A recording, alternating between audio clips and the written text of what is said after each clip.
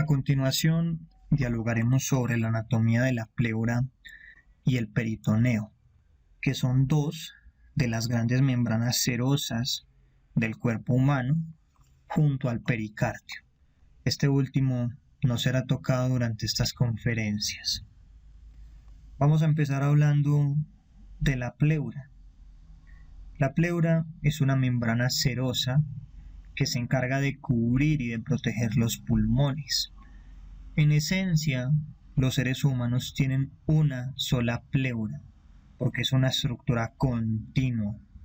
Sin embargo, debido a sus características, académicamente se divide en una pleura visceral y parietal, que siguen siendo la misma, porque son una continuación. La pleura visceral se encuentra adosada a los pulmones y, de hecho, solamente puede verse cuando se cortan los pulmones. Algunos autores consideran a la pleura visceral como la capa más externa del parénquima pulmonar, mientras que la pleura parietal, como indica su nombre, se encuentra en relación estrecha con la cavidad torácica. Sin embargo, vuelvo y menciono, solo existe una pleura.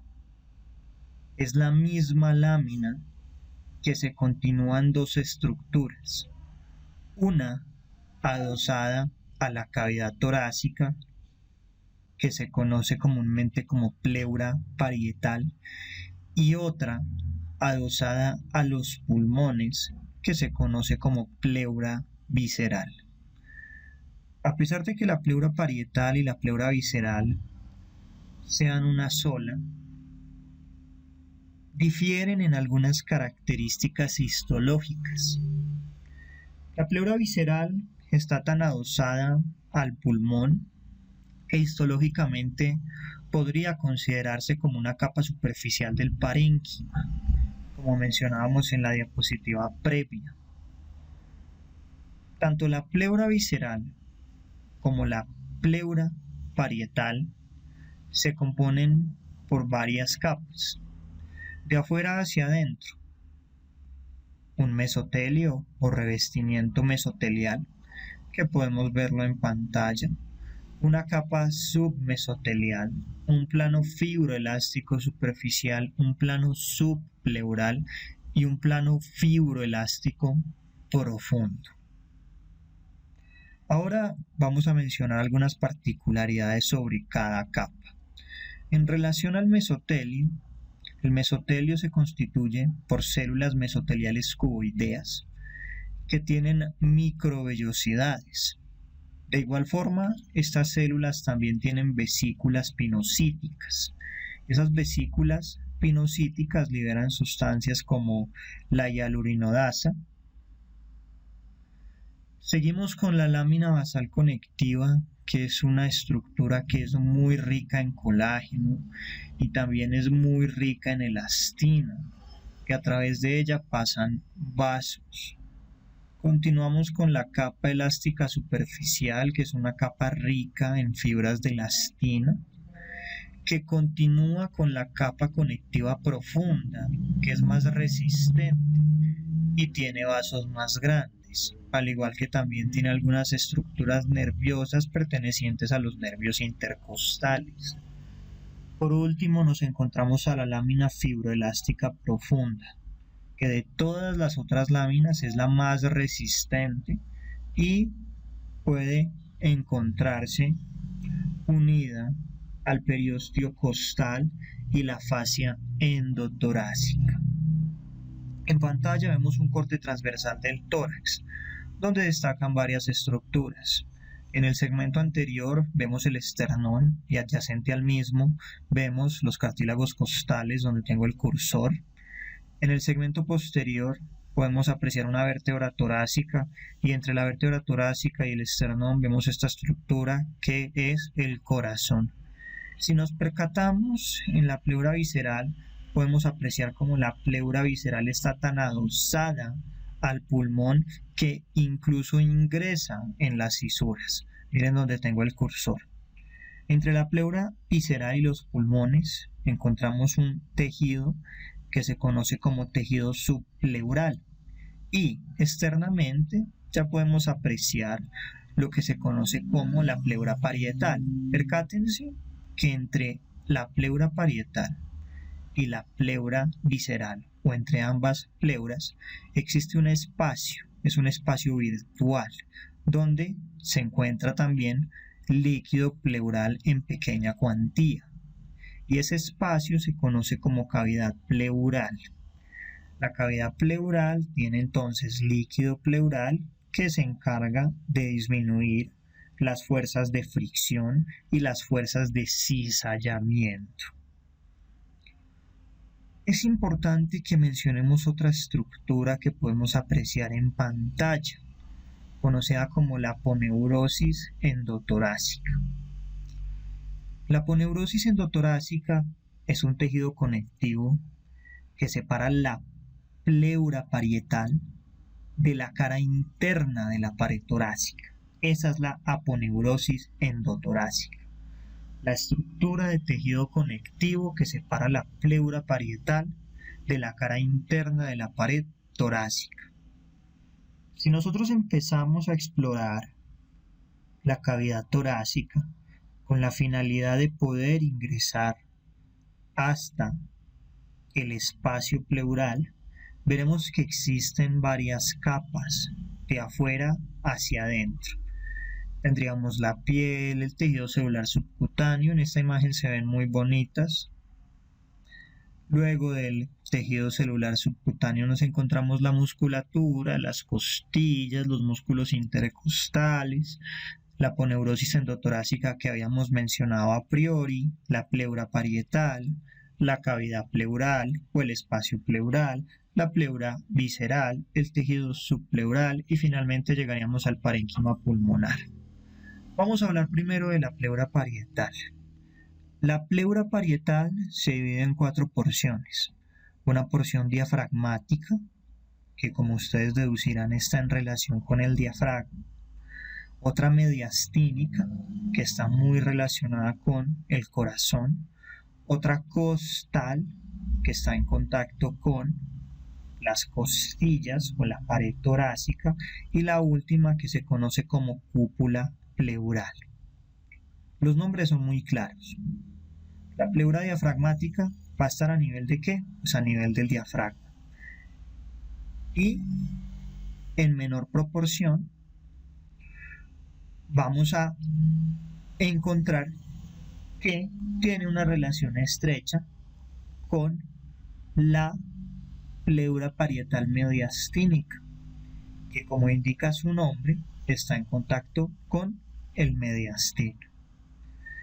La pleura que se encuentra en contacto con la pared torácica y que se encuentra en contacto con la columna, a su vez en la pared posterior, que no alcanzamos a verlo en esta imagen, y que al mismo tiempo representa el componente más largo o amplio de las porciones de la pleura parietal, será la pleura costal. Y finalmente nos encontramos con la cúpula pleural, que hace muchos años se conocía como pleura cervical, ahora la llamamos cúpula pleural, y se encuentra por encima de la primera costilla. La primera costilla es el punto de referencia. Todo lo que se encuentre por encima de la primera costilla va a ser entonces la cúpula pleural. En esta imagen podemos apreciar varias estructuras muy interesantes. Señalado con las flechas, podemos apreciar en contacto con el diafragma a la pleura diafragmática. Aquí la podemos ver.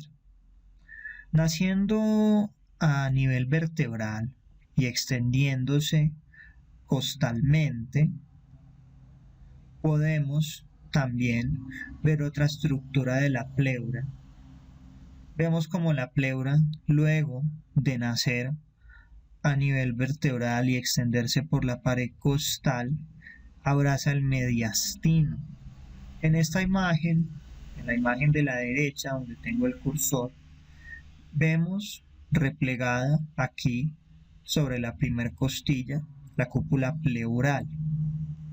También podemos apreciar otras estructuras interesantes. En la imagen de la derecha podemos evidenciar, por ejemplo, donde tengo el cursor, las cadenas simpáticas torácicas.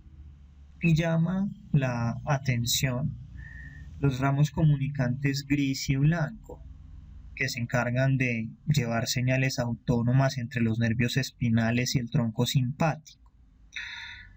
Los ramos comunicantes grises están en todos los niveles de la médula espinal, mientras que los ramos comunicantes blancos se encuentran entre las vértebras T1 a L2. Estos ramos comunicantes blancos tienen una ubicación posterolateral. En esta imagen también podemos apreciar otras estructuras interesantes que tienen una relación estrecha con la pleura, como por ejemplo lo es la vena ácigos, donde tengo el cursor, la vena cava superior, donde tengo el cursor, la arteria pulmonar y las venas pulmonares. Aquí podemos apreciarlas. También podemos evidenciar el nervio frénico junto a la arteria y la vena pericardiofrénica. Miren acá donde estoy señalando.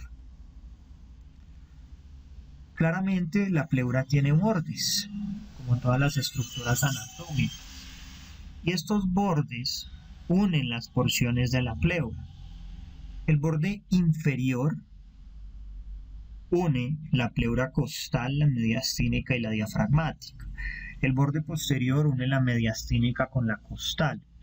Este es un borde que es difícil de encontrar en la praxis. Teóricamente se encuentra cerca de las vértebras.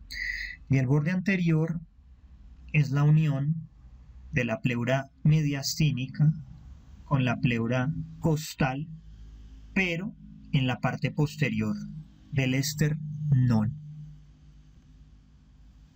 También existen unos espacios que no están ocupados por parénquima pulmonar.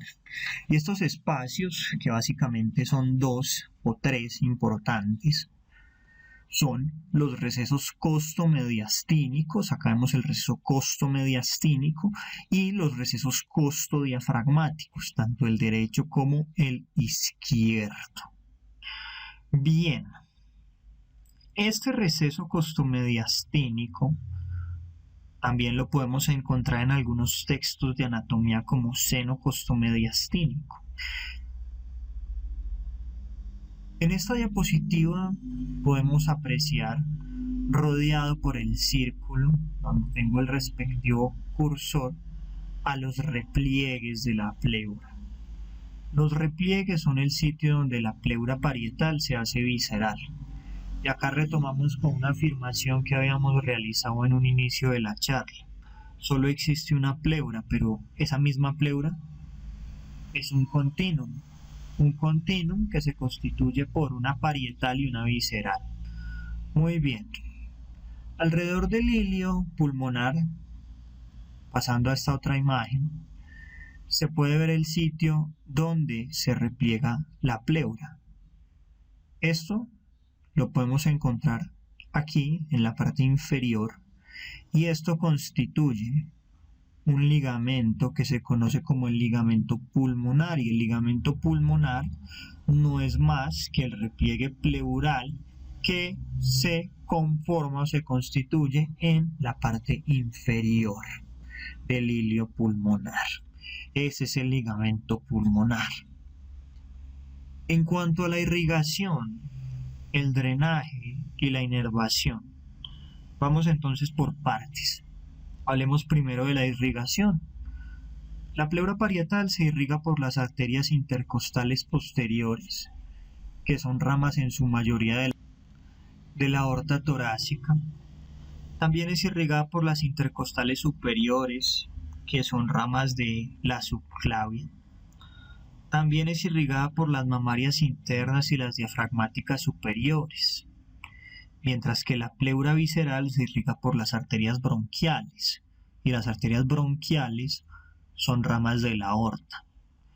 En cuanto al drenaje venoso, el drenaje venoso de la pleura parietal es dado por las venas intercostales posteriores, las venas intercostales superiores, además de otras estructuras como lo son las venas mamarias internas y la vena acigus, que la habíamos vislumbrado previamente en otra imagen, que de hecho aquí está repetida. Miren acá, se aprecia muy bien la vena acigus. Aquí vemos la vena cava superior, aquí vemos la vena cava inferior, pero esta de aquí es la vena acigus, que por cuestiones de drenaje es la que más nos interesa. De hecho, la mayoría de las venas responsables del drenaje drenan a la vena acigus y de la vena acigus pasan directamente a la vena cava superior. En cuanto al drenaje de la pleura visceral es drenada por las venas pulmonares. Y en cuanto a la inervación, quiero que tengamos en consideración dos premisas.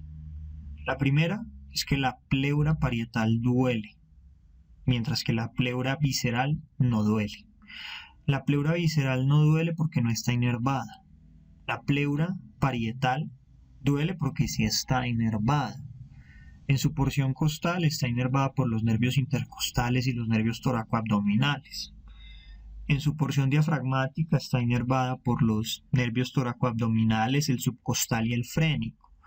Y a nivel mediastínico, a nivel de la pleura mediastínica, va a estar inervada solamente por el frénico. Por eso la pleura parietal sí duele, mientras que la pleura visceral no, porque no está inervada.